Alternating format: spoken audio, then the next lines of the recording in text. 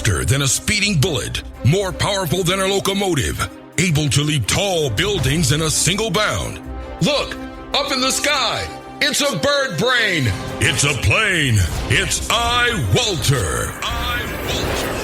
Yes, it's iWalter, strange visitor from another planet who came to Earth with powers and abilities far beyond those of mortal men. iWalter, who can change the course of mighty rivers, bend ears with his annoying voice, and who disguised as Walter Interranti, mild-mannered janitor for a great metropolitan newspaper, fights a never-ending battle for truth, nonsense, and the American way.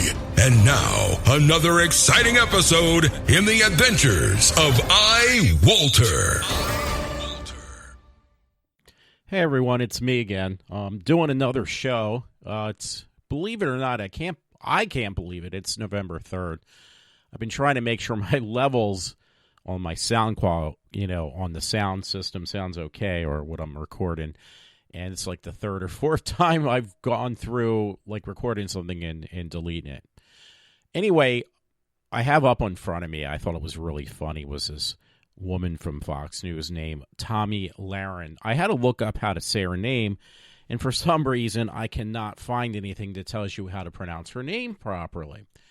So that kind of made it difficult, too, because, I'm like, I can't pronounce things correctly or names correctly or places correctly or, for that matter, anything correctly. So, and I always get reamed by my one friend, Matt, so I just try to make sure before I jumped on board tonight that I would make sure I would look that up, and it wasn't that difficult. Now, I really, honestly, I say this every episode that I do, I have nothing to talk about. Well, you know what, tonight I really don't. In fact, I was just so tired from the week that I really did not want to do a show this week. And one thing that's going to be a little incentive if it comes true, there was a guy at work who actually approached me, a young, good-looking guy, and he said that, you know what, I would like to do a podcast with you. And it was like, really? And I said, I can call you. And he's like, no, I want to do it live, with the mics and the whole setup. And, I mean, my main thing that embarrasses me, well, it doesn't embarrass me, but I guess I get embarrassed by other people telling me I should be. If you come into where I live with my parents, it looks like an overgrown child's bedroom, and that's about it. And I really don't care. If it makes me happy, that's what should count. I shouldn't have to worry about making other people happy, but unfortunately, that's not always the case. Surprisingly, my old job, I got a email, and I tried to contact him today from the second lawyer I have for pertaining to my old job, and I asked him, for one thing, my old job gave me a payout on my vacation, I guess, because the job situation was settled and I lost my case on getting my old job back. So that has really brought me down tremendously. And they just kind of throw digs, and I see some of the people that, are left behind at my old job or are still there, and it's, to me, they've done far worse than I have, and they're still working there. I, did something that was a good deed, and it got rewarded from me losing my job. And to me, that was pure discrimination right there, but I have no say in the matter. I mean, we live in a time, it's funny, you would think I've gone through pretty rough times in my life, politically, not like directly related to politics, but an indirect way of like what I had to deal with over the years on who was in office and other things. And I surely thought that this would probably affect me some strange way, but it did not affect me as much as what had just happened the past 2 years. And it was, to me, it was purely discriminatory. And everybody just turns the other cheek, and even it seems like my own family.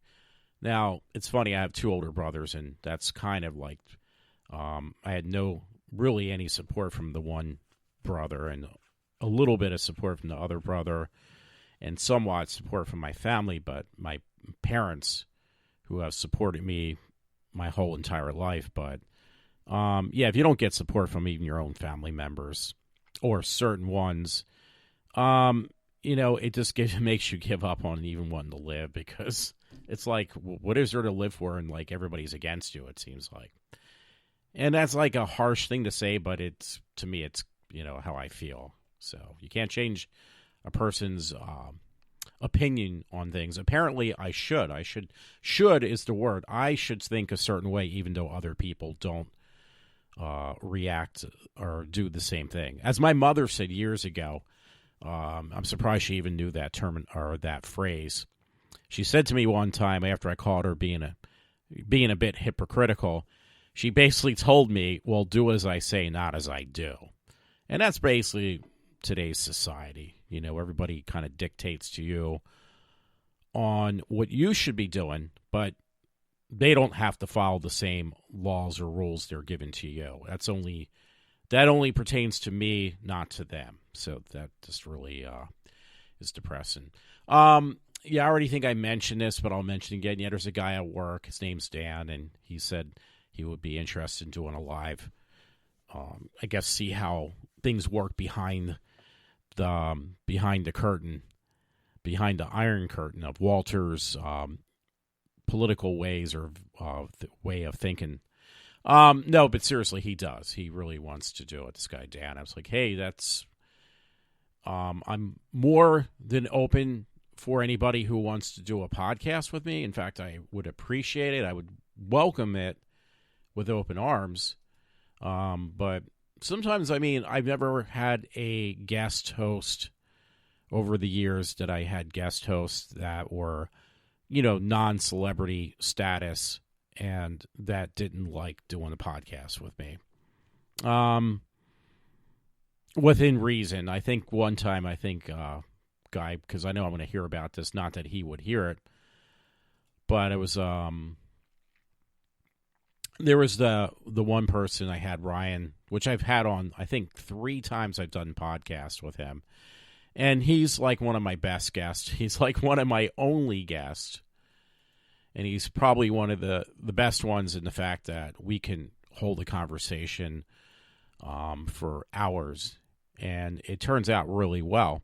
Well, unfortunately, one we had to do over the phone, and that was rather difficult for him and myself, and that was kind of a mess. So we ended up doing a podcast, which he basically told me he does not want it aired. He thought it was horrible, and I had to redo the whole thing. Actually, the one that he did not like, I actually, without him knowing, I actually sent it to a few friends and let them decide what they thought of it. And they said there was actually nothing wrong.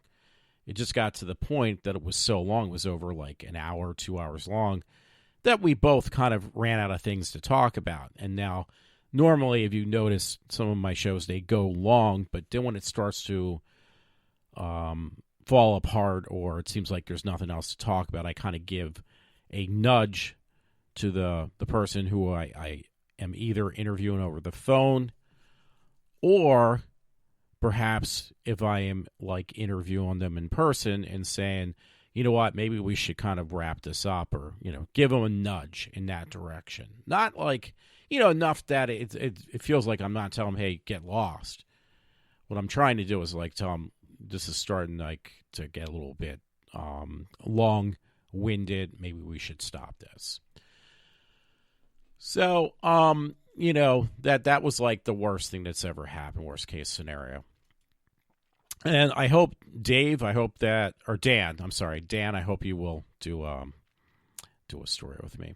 Anyway, my old job, I was a union place, and they put up some story online, which kind of got me a little bit upset because they're talking about now about having a strike for unfair labor practices. This was on November 2nd, so that was now officially yesterday. They posted this.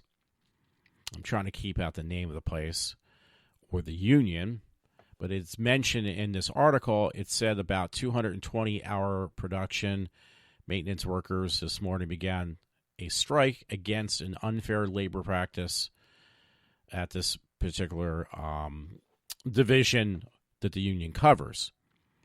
And it was like, okay, so, it kind of like the union I work for, unfortunately, they kind of discriminated upon people that did not fit, in my opinion, their quota. Like if you're a mass group of people that fit like a disability or a type of peg of a minority group, then yeah, they're right there to help you. But if you're just an individual that, one person that only represents like that have the situation I was in, and it's only numbered by a handful of people, they really could care less. And that's the same issue I had with government, trying to go to the government about this situation, meaning the EEOC and things like that. It was a total waste of time. They kind of patronized me and amused me like they're going to help me, again, meaning the EEOC, and they did nothing. They really could care less, because I did not fit their little hole of what they find being somebody who was being discriminated upon. I did not fit any of that. So anyway, the lawyer I have down in Philly, he contacted me today, and he just wrote a very simple, actually in a letterhead. He never even wrote anything. He just responded back by writing a letterhead on the email. And it just says, Walt, I'm glad. Says, I'm glad she reached out. I called her this morning and left her a message. And I think that prompted her to contact you. Good luck. Let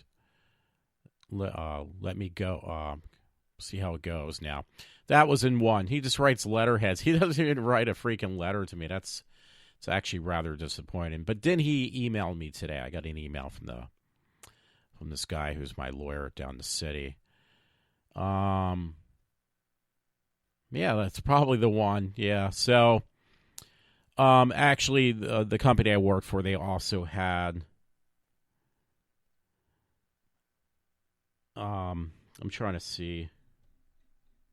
Yeah, I reached out to, like, my father kind of forced me into it. He says, oh, you need not let this ride, let this go. So I spend, I think, 3 or 4 hours on my cell phone in a car over Valley Forge to one day, calling my old job and telling them, like, calling the HR after I lost this case. It was a couple days later, about a week later. And then he had me, oh, you should call this number. You should call that number. So I called all these numbers. Finally got through to somebody, and they put me through some division that the company had set up for people who are discriminated upon. And I was on hold and, for off and on for almost, again, 3 hours in total, trying to get through to somebody. And then finally they put me through to somebody who had taken all the information. And that was maybe about 2 or so weeks ago. And then they finally got back to me and said, oh, we did an investigation. We found out that everything was settled and the situation was resolved. It was resolved by terminating me.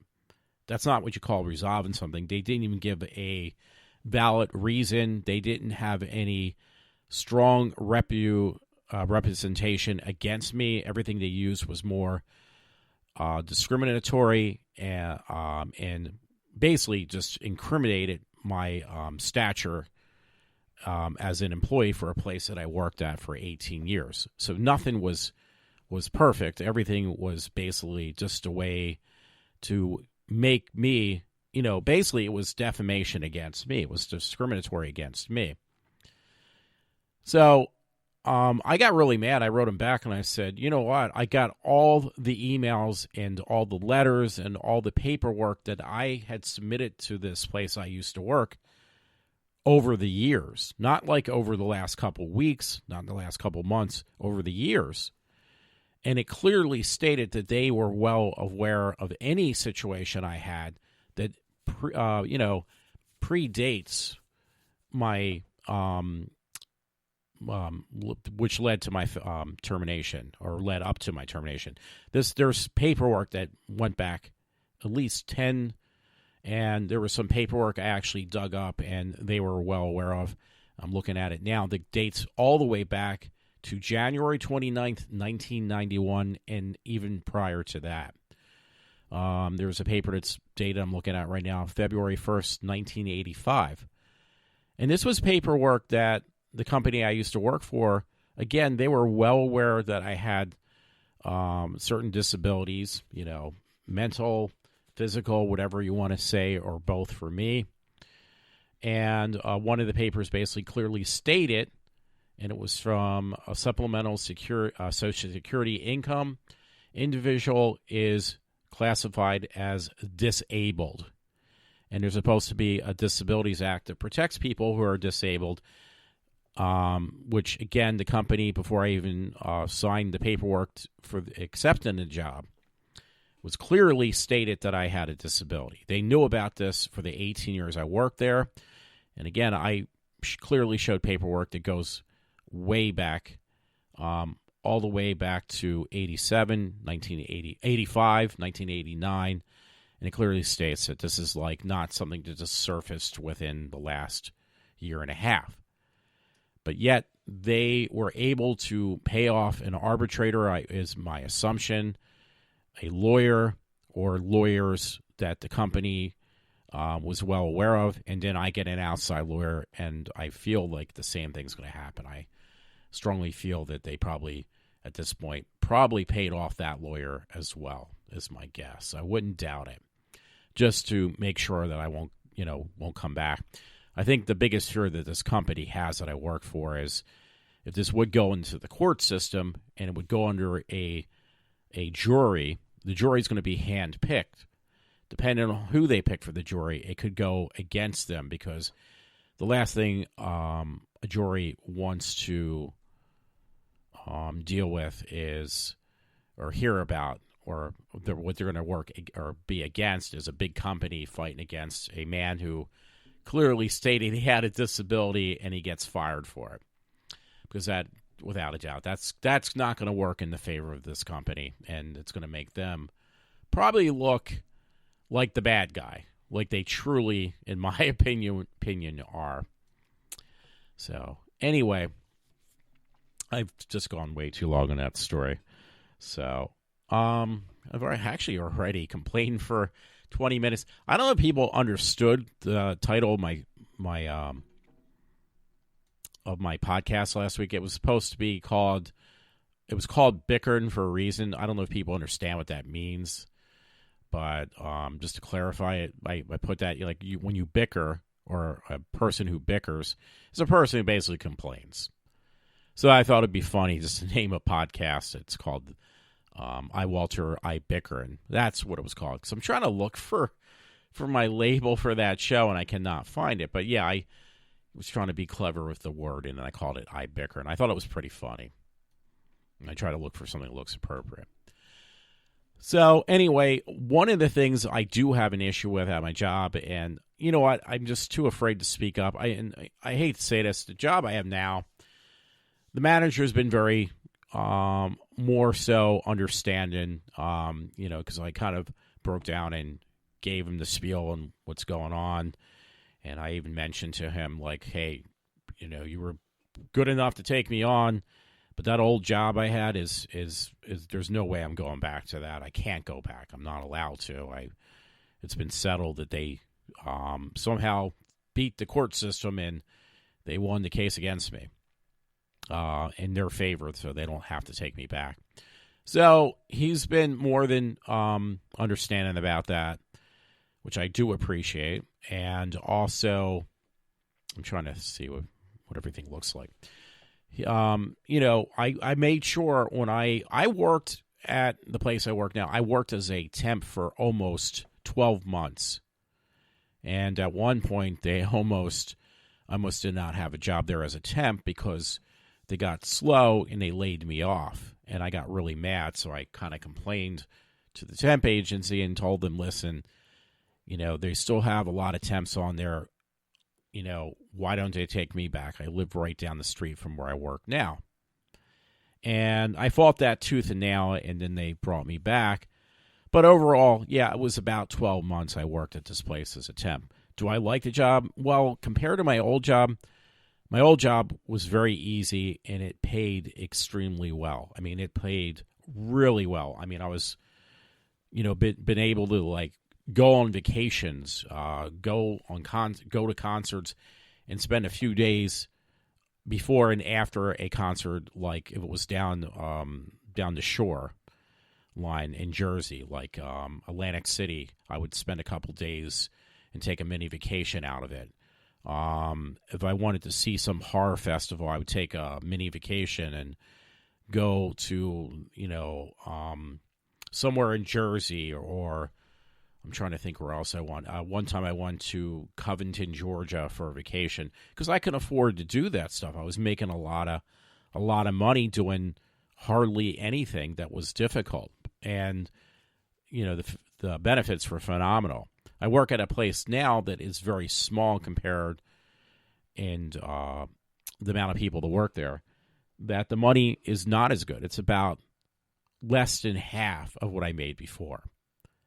So when you're used to making like twice the amount of money, like what I make in a biweekly paycheck now is what I made approximately almost every week at my old job. And so that was a lot of money. And then I was putting money, I was stashing away in my retirement fund, my 401k. When I lost my job, I was using that money to basically keep afloat, paying bills and having, be able to feed myself. I mean, my parents helped me out a lot. I live at home now, have lived at home almost my whole entire life. But, I can't depend on them to basically spoon feed me for the rest of my life. So, I still have to contribute something. And, I was contributing like a lot of money to my parents when I had this job too. I was giving them like more money than they really wanted. They were actually telling me, you don't need to give us all this money, because I was giving like money every day. Well, that had stopped because I'm making less than half of what I made before. So, there was a lot of changes financially for me. And one of the things are like, even like this past Thursday, I always take off 2 days out of the year as a definite. And then one is for Halloween and one is for my birthday. Well, guess what? The birthday one I think was kind of out the window almost, but I think I did kind of swing it this year. And definitely Halloween was the first time, I think, in 18 years of working at my old job and now starting a new job that I did not celebrate Halloween. Now, you're going to say, oh, that's for kids. Well, I enjoy horror movies. I've always enjoyed horror movies. It's something I was brought up on with my mother. And, it never grew old. It never grew old for me. So for me, Halloween was going to a haunted house. It was going to see a horror marathon. I was telling people at work one year, it was really fun. It was completely different. It was like something I never did before, but I went down to the movie theater down the street from the house, and I went and seen a double feature of Dracula, the original Dracula, one with Bela Lugosi, and then it was film shot on the same studio set in Mexico from a production company from Mexico. So they shot it all. The whole thing was entirely shot in the native tongue of, I want to say Spanish. I guess that's Spanish. I don't know, but, Mexican language. And I watched both films. It was like a double feature. And it was like, you know what? This is really fun. So the bottom line is, it's not me just going out trick-or-treating or going to a Halloween bash or Halloween party. For me, it was going to a haunted house, going to a horror movie marathon, or going to something else. That is, what I enjoyed doing. And that was taken away from me when I lost a job. I mean, it's simple things like that that meant a lot to me, not to anybody else, but that was gone. So, yeah, I mean, I missed that kind of fun that I used to have at one point. Now it's gone. So, I'm still trying to contact. The lawyer did email me this afternoon or yesterday afternoon, and I tried to get a hold of him, and he didn't. Even for a Saturday, he keeps his cell phone on him, and he was trying to, email me, and I tried to email him back. It's like, listen, this email came through just now, meaning yesterday afternoon. So I tried to contact him, but he never bothered to respond back. But that whole situation, definitely, nobody can understand the suffering that it had caused me over the past year and a half, because it's been since last April. And the woman who was involved or responsible for my dismissal from the job, she was removed from the job she had, but she was not terminated. And there was 2 other people involved in the situation that got me terminated, and they were like literally involved in the situation. But both of them got a slap on the wrist. One got a 1-day termination, suspension, 1-day suspension, which means, for those who don't know, that means they didn't get paid for 1 day, which can be easily made up. The other person got like a week without work or pay, which was a 5 or 7 day suspension, which again was a slap on the wrist. Me, they just decided, well, his was more severe, even though it was 3 people involved. I was the most severe. They had me on surveillance camera, and they were smart enough just to alleviate anybody else involved on the camera, and made sure that any camera footage that was shown was only of me, not of anyone else, meaning the other 2 people. So that was very clever of them. I have to tip my hat on the sneakiness they pulled to make sure they could finally get rid of me, because this is something that's been an ongoing issue with me in this previous job I had. Now, the funny thing is, the job I have now, they were well aware right off the bat of my disability, because I made sure, not that I did not do that before, don't get me wrong, they were well aware from day one on how I felt at the job I held for 18 years, how I felt, and what were my mental and physical challenges. I made that very well aware. But their way of dealing with that situation was not to deal with it at all. And then eventually it just got on their nerves. This job, I brought it to the HR division at the new job I have, and they made sure to make light of that right off the bat. They didn't fool around. They didn't snub it away or anything like that. They actually, had taken it very seriously, which, again, I appreciate. So anyway, I keep on saying, okay, I'm going to move on from this, but it just seems to, because there's other things that kind of are under my skin this week. And one I was from yesterday at my new job. It's been an ongoing issue. One of the things we have is we got a lot of people who are, I hate to say this, and I don't want to get myself in trouble at this job, but I'll hear from my friend Matt that you should have said this, but I only have one listener. Yeah, there's other people listening when they find it's necessary, but we have some folks that their native language is not American. It's not English. And it runs into a problem when you're trying to get trained on learning things. And I've had this situation before where I'm trying to learn something and somebody's not speaking English or speaking their native tongue, which could be many things. So we have a couple different backgrounds working where I work. And it becomes very difficult because I'm trying to focus on, and I have a hard time because, again, if I haven't mentioned this in this show, but I have mentioned before, I have a learning disability. And part of my disability is it takes me a couple times to pick up on things. Well, if somebody is not talking directly to you and they're talking to somebody else while you're on the work floor and they're not speaking English, that makes it very difficult.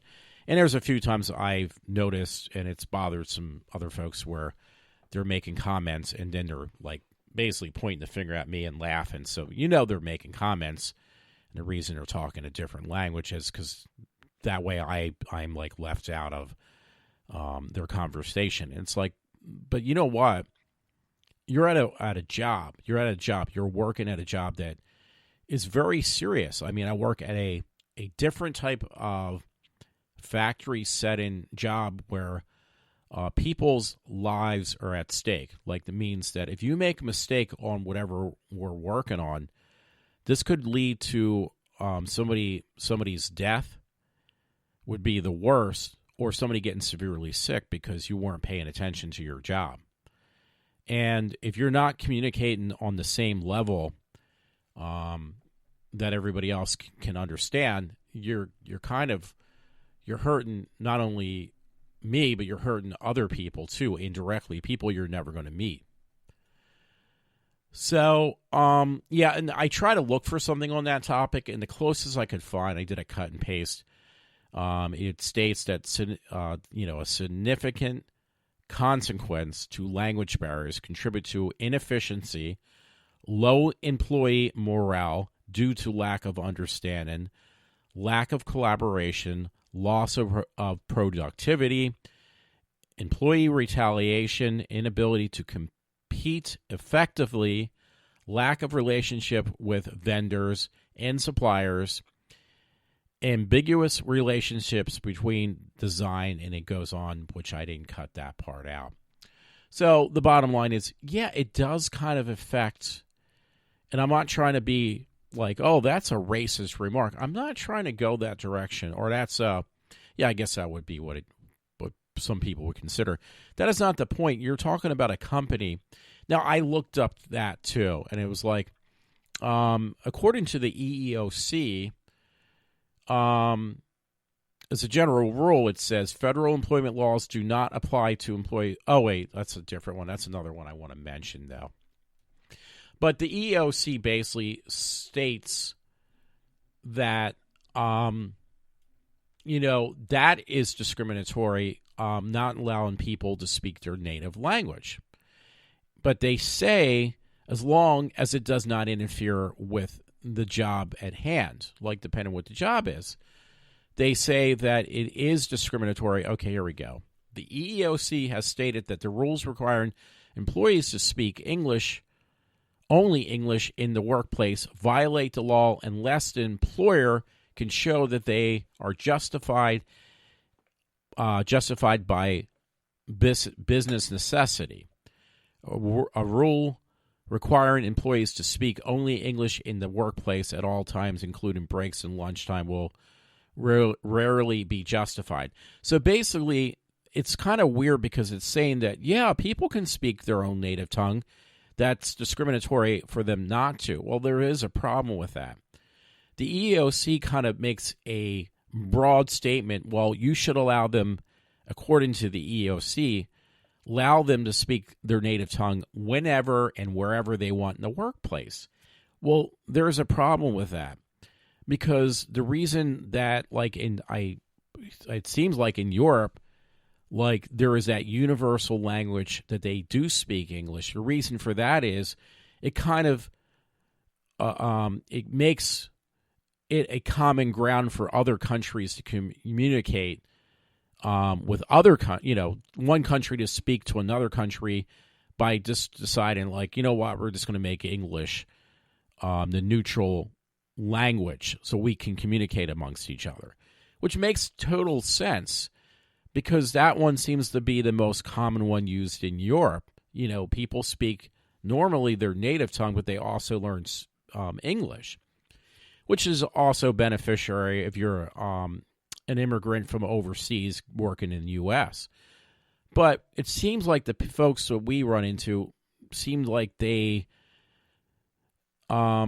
use that as a tool, or I don't want to use the word weapon because that would be too strong, but as a tool to basically keep you not even out of the conversation, but even keep you out from doing a better job on in your production, or on how you could be a productive employee. I think that's one of the issues we have at our job, because we've had many issues in the last couple weeks at my job that I have now, and I'm too afraid to say this to the manager, who's great, and I think he doesn't know it or he doesn't see it, because when he comes around, my main manager, they clearly know how to communicate amongst each other and folks who don't know their native tongue. They know how to speak to make whatever needs to be done clear to everyone. But as soon as he steps out of the room,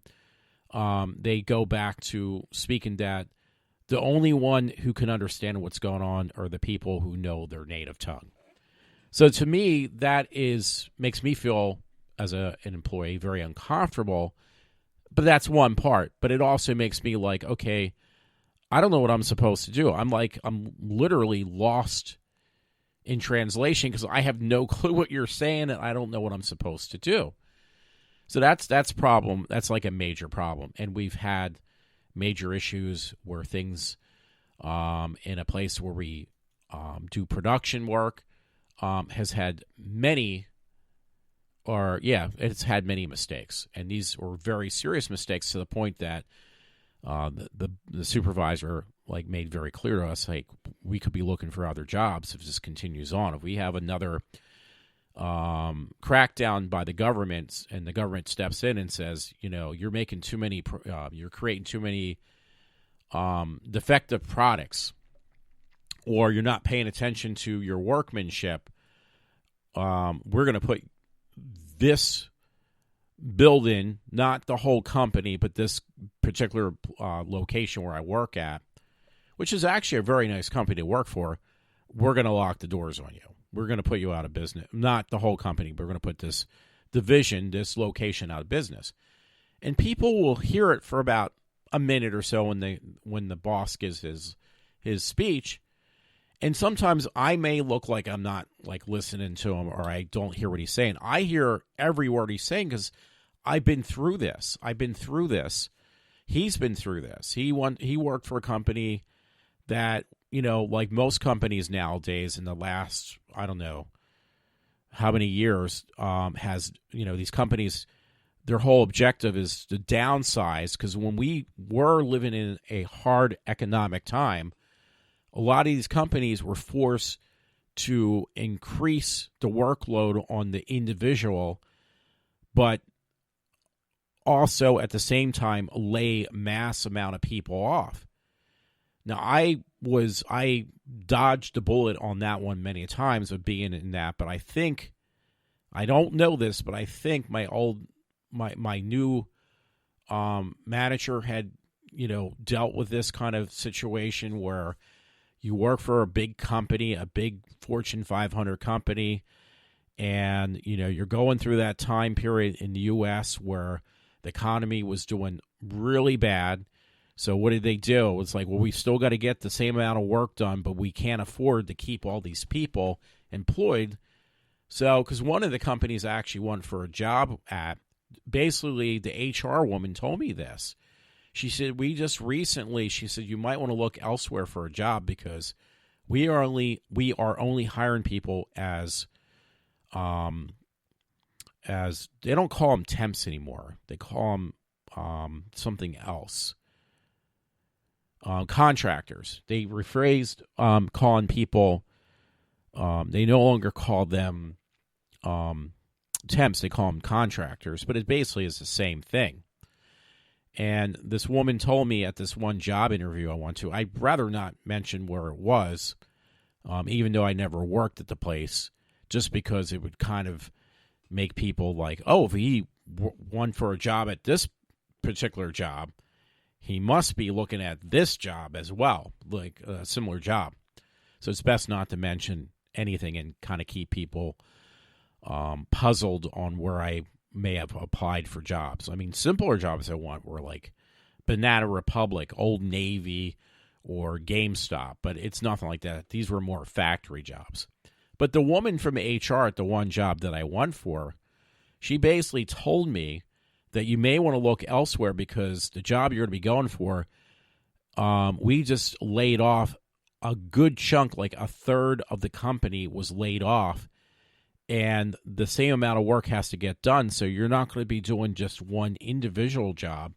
The HR woman said, I'm doing 3 different jobs now. So she kind of gave me a forewarning that think twice before you actually are going to accept a job with the place that I went for an interview. So when I heard that, I got interviewed at the same time by 2 different supervisors at this particular other job, and I kind of convinced them that they really don't want me, because after I heard that, okay, you're not doing just one job, you're doing 3 jobs, I told them right out, I said, you probably could find somebody better than myself, and let them know up front. I don't want to waste your time. And I told them that. And I never heard back from them either, which I'm not surprised. So, because I learned from, like, my past thing is you don't lie and say you can do something you cannot do, and them finding out later on that, you said you can work the mail room and at our job, and you can take, send and receive deliveries from our warehouse, and you can clean, dirty equipment all at the same time because you said you can do all that stuff because you've handled those positions before. And, some people will lie about that, and they say, yeah, I've done multiple jobs at one time, and I've handled it very well, but then you get the job, and, Company X finds out that, wow, this guy really can't even do half of what he said he can do. They end up terminating you. And if you're a contractor, that's even more of an issue of you possibly getting terminated because they find out, like, wow, this guy really can't do what he said he could do. You don't want that to happen. And that's another reason I'm honest. Wow, I'm almost like 40 minutes into a show. I can't believe I went that far. So anyway, the place I work now, they're having issues, and I hate to say this, and I really hope for once that I'm incorrect, but I ran into the same situation last night. My boss actually asked me, he said, I think he's made me, the insight on what's going on the ground floor of production where I work.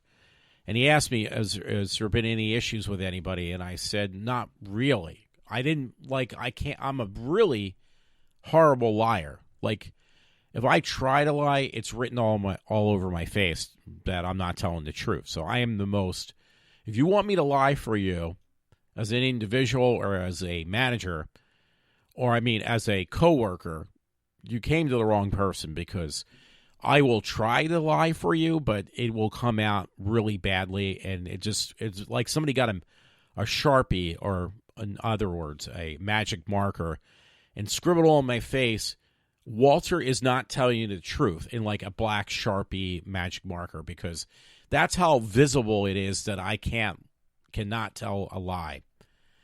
It's like that movie with Jim Carrey, Liar, Liar, which I've never seen. But I know a friend who did, and he thought it was funny. But the bottom line is, I'm just a horrible liar. Like, I can lie, but it just shows that shows on my face that I am not telling the truth. You wouldn't even have to give me a polygraph test, because before I even got to the polygraph test, I'd be like a songbird. So I don't know how well I played the poker face with my manager. I don't think I did too well. But I had an incident on the working room floor where it was just like, which made me really angry inside, flustered, and also very upset, where I tell one of the people on the floor, hey, you know what? We just got back from our lunch. We got back from lunch. And it was no more than like 10 or 15 minutes later, I had to use the restroom. And I normally, when I'm at work, where I work now, we only get a half-hour lunch break. I try not to eat anything or very little, because I end up, I don't have time to digest my food. So why put myself in a situation where I'm going to have to run out after 5 minutes because I have to use the restroom? So I just try to avoid the whole issue. Well, the night before, they had a Halloween bash party, and I didn't want to be involved. I just didn't want to deal with it. I don't like, like was said in Clerks, basically, I do not like social gatherings.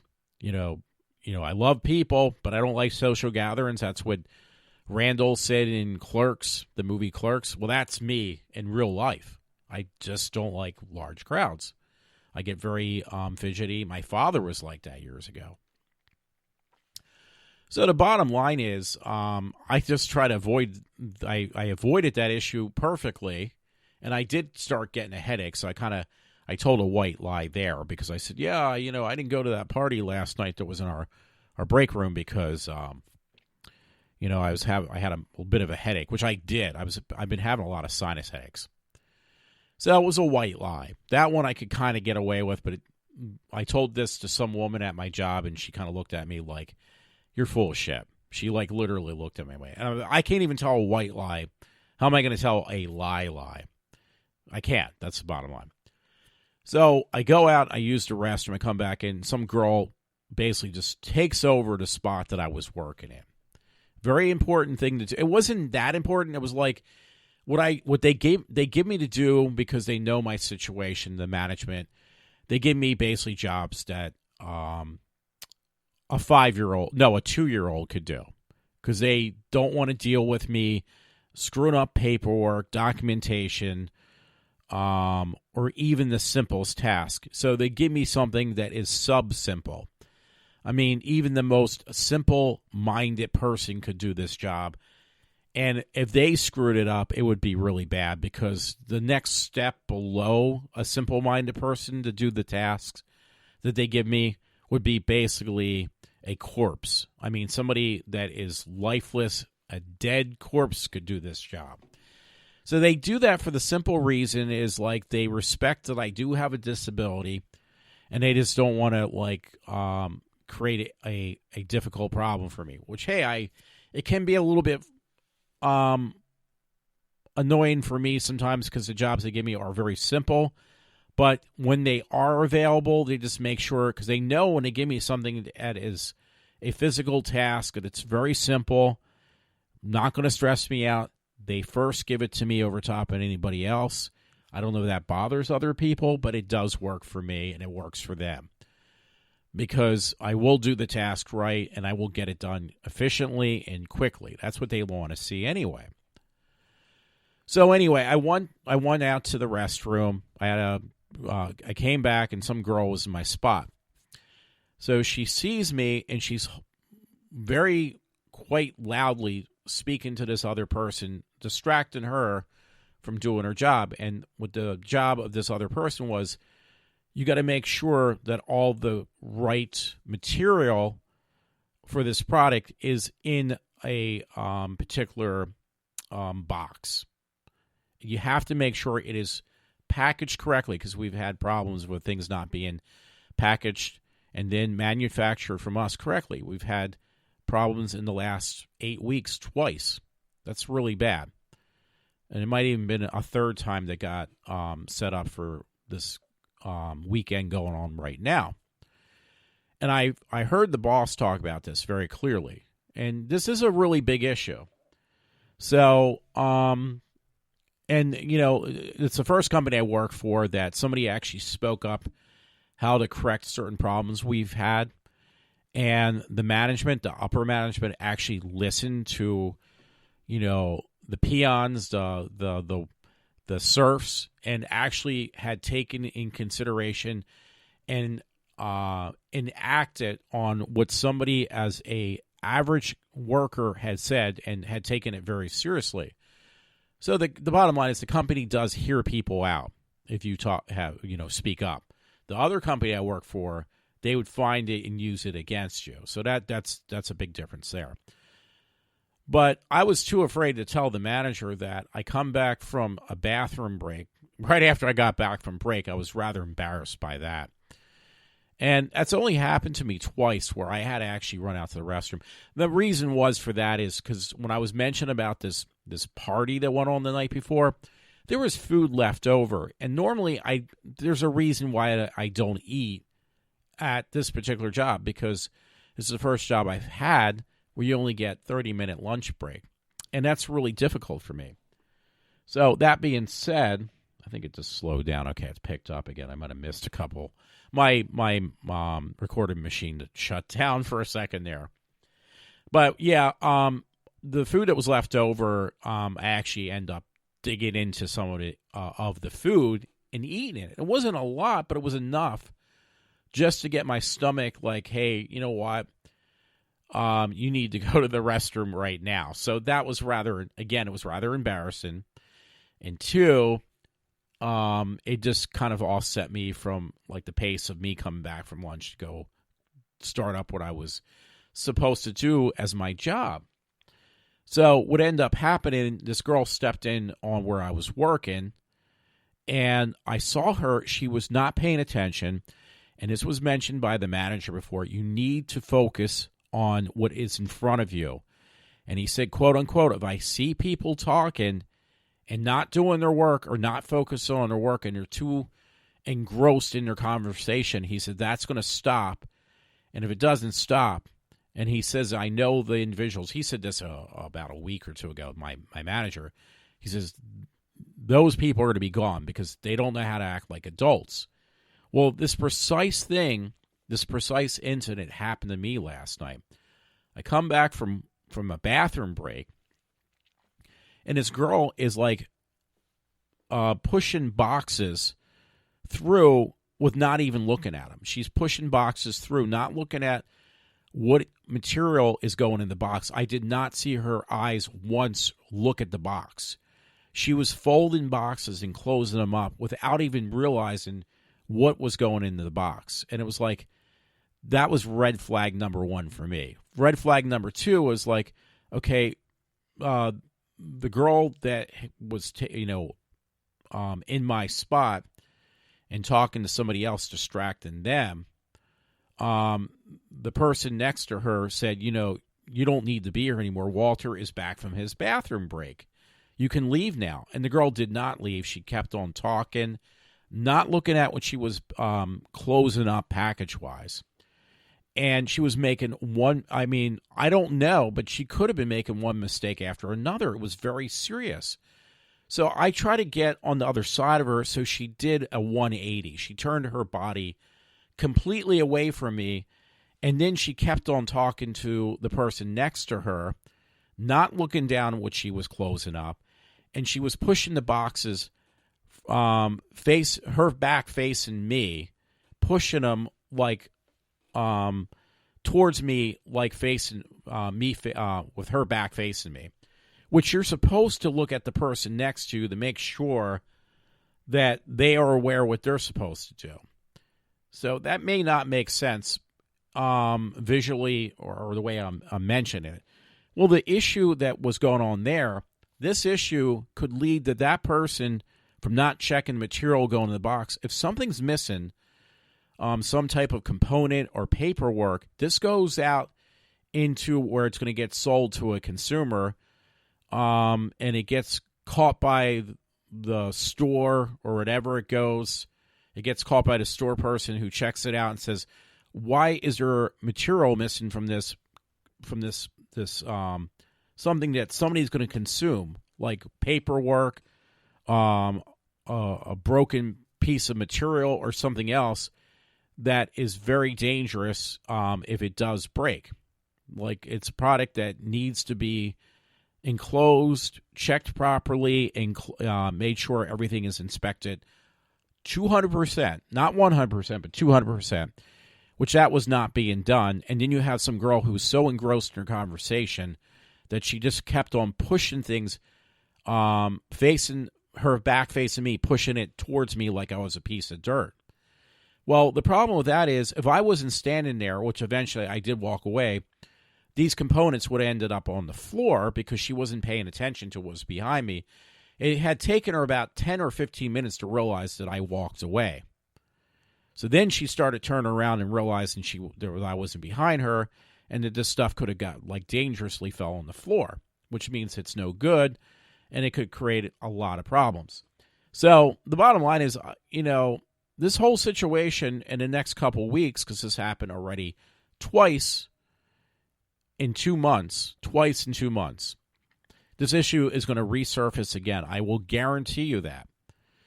And the thing that really scares me, we are literally walking on a fine thread of where I work now that the place can get shut down.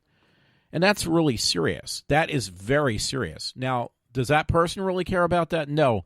They're more concerned about whatever is going on in their little world. They don't care about that it's going to affect everybody at the workplace. And unfortunately, it's not just that individual that I'm not mentioned in their name. There's a lot of other individuals who who act in the same manner, which is very, very serious. And unfortunately, I'm wondering if this is like just not going on where I work, but this is going on a lot of other places, because now they've loosened the belt on who they hire at these jobs anymore. Like, they've really loosened the belt. And I think companies need to reconsider that they can't walk around with kid gloves on. They can't be afraid to say, listen, well, this may harm somebody's beliefs or ethnic background or whatever it may be. I don't know. But you need to kind of like put a foot down and realize that, you know what, if you walk around like you're walking on eggshells with everybody, that eventually there's going to be no company for anyone to work at, because all these stores and these factory jobs, they're all going to disappear because you hire a bunch of people who are taking advantage of these companies because they know they can. If that makes any sense. I really don't know until I listen back to what I just said. Anyway, I'm actually going up to an hour, and I really didn't get through my stories. One thing that was kind of interesting, I'm going to kind of do one of those quick read-throughs. I pulled some article up from Forbes magazine, which was titled "Obama Immigration Fix: 4 Million Illegals Who Never Paid U.S. Taxes Get 3 years of tax refunds." So I did read a little bit of it, but I really don't want to go into it at this point. But basically, yeah, you got a lot of illegal immigrants. Now, that's changed a little bit. I think thanks to Trump, a lot of people don't, you always hear about the people who don't like Trump, which is a small percentage. But believe it or not, Trump did do a turnaround where there was a bunch of migrants trying to get into the country.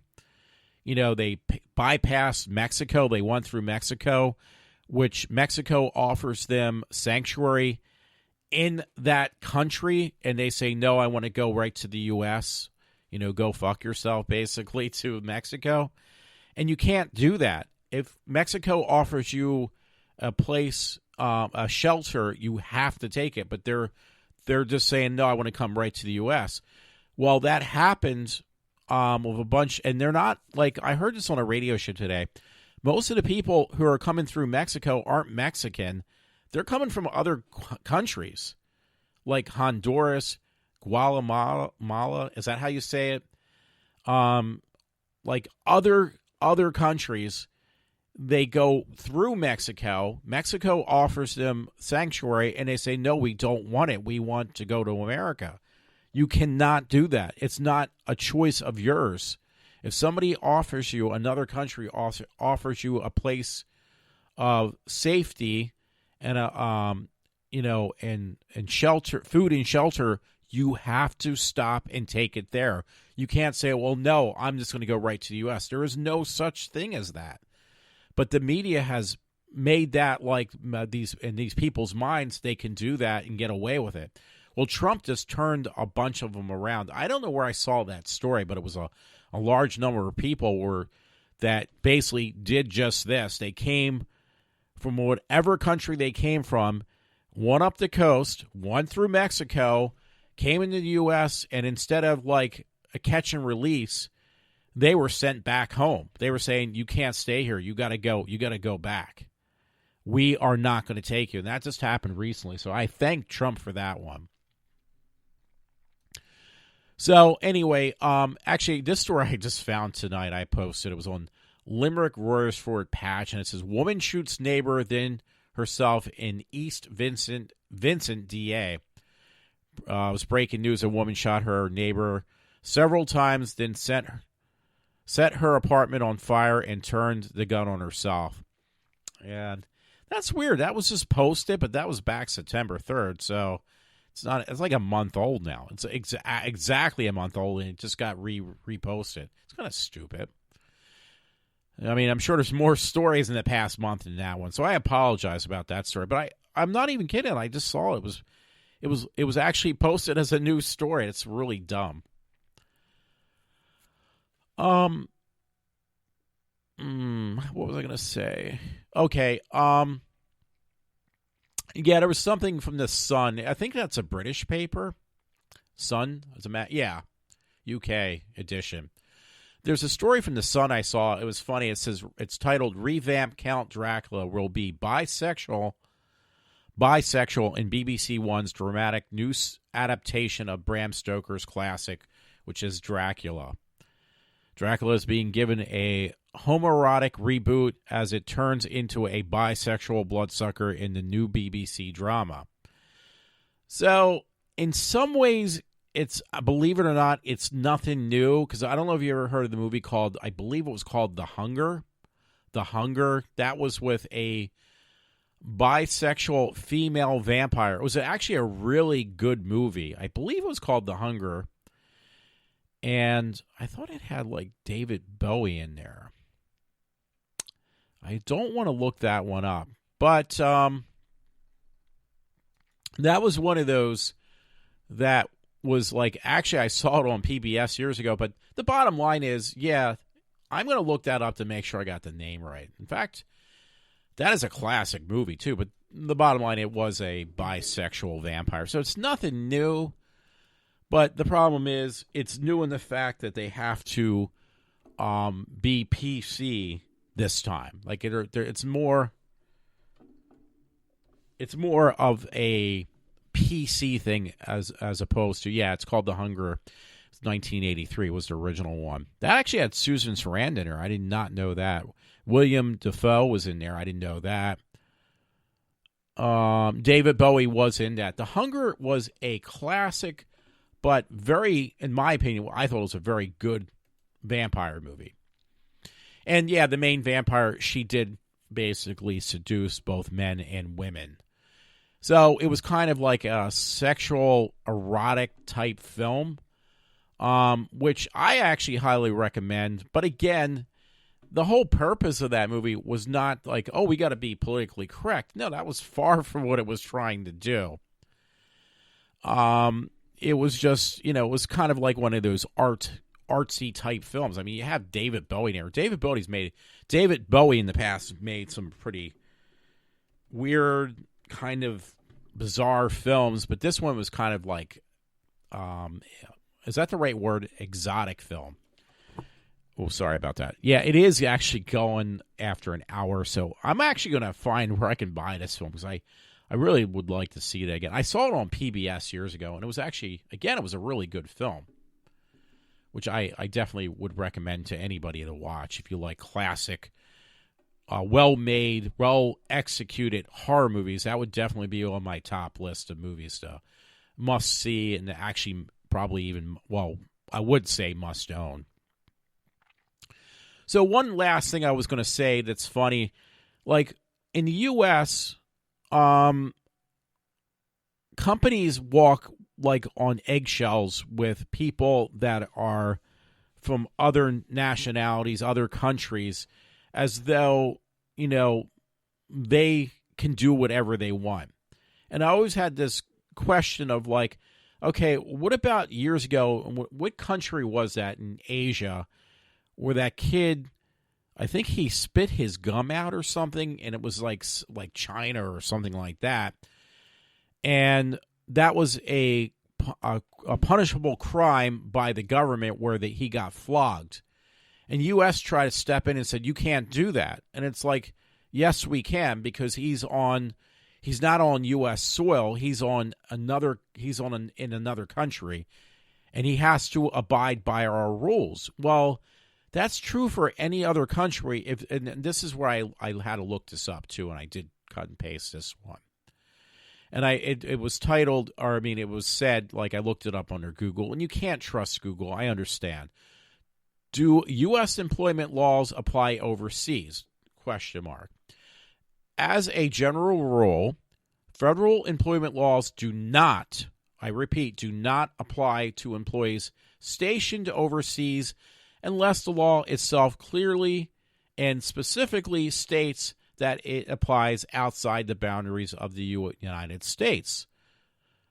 It goes on to say below is a summary of major federal employment laws and how they may apply to overseas employees. And then it gives a list. Why am I bringing this up? Well, it's one of those things, as I mentioned in the beginning of the show, as my mother said, do as I say, not as I do. In some terms. Meaning, way I mean to say this, it's all right for somebody from another country to do whatever they want to do. And it seems like even burn the American flag. And that's just like a really bad, example. But I'm just using that as just that. Or to dictate to others your beliefs from your country to Americans.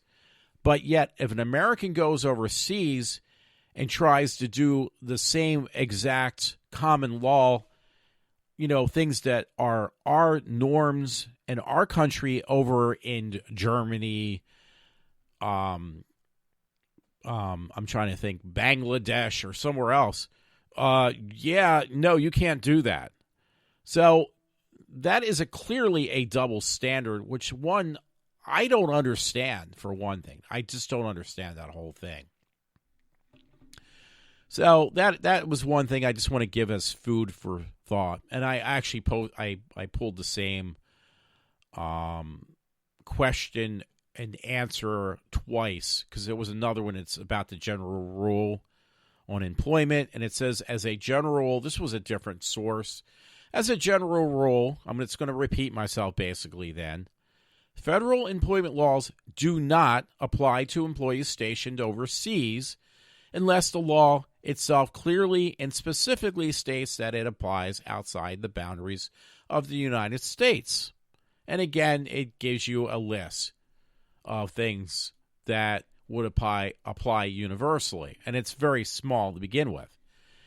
So the bottom line is, if you are a foreigner and you come to this country legally or illegally, you have all the rights. If you're a born American citizen, a national, what do you call that? That other word terminology. Mainly, if you're a born American citizen, you go a couple generations back of being in this country. As each and every generation seems to pass you by,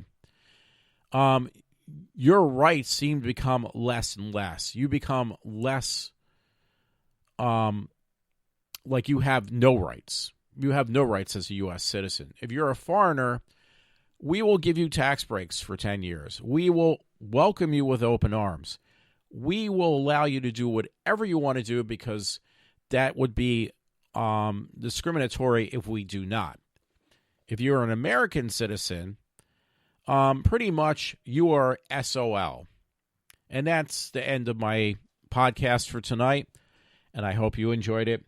And please come back again. This is Walter for iWalter, signing off for now.